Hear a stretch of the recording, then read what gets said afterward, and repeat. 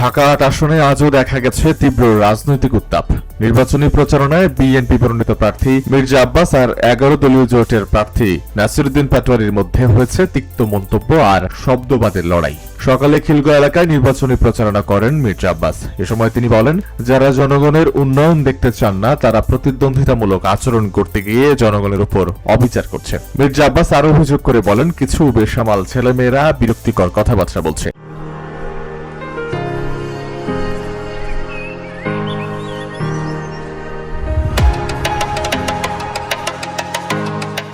অন্যদিকে ১১ দলীয় জোটের প্রার্থী নাসিরউদ্দিন পাটোয়ারি প্রতিক্রিয়ায় বলেন, একজন গ্যাংস্টার, চাঁদাবাজ, দুর্নীতিবাজ এবং সন্ত্রাসী ব্যক্তি সংসদ বা নির্বাচনে দাঁড়াতে পারে, কিন্তু আমাদের প্রথমেই এ ধরনের কর্মকাণ্ডের বিরুদ্ধে কথা বলতে হবে। পাটোয়ারি আরো বলেন, অনেকে বলছে আমরা বিষাদাগারের রাজনীতি করি, অনেকে আমাদেরকে বেয়াদব বলেও অভিহিত করছে। তিনি বর্তমান সরকারের সমালোচনায় যোগ করে বলেন, আমরা চেয়েছিলাম বাংলাদেশে ফ্যাসিবাদী ব্যবস্থা রাখা যাবে না, কিন্তু সেই অবস্থা এখনো চলমান। VOD Bangla news desk.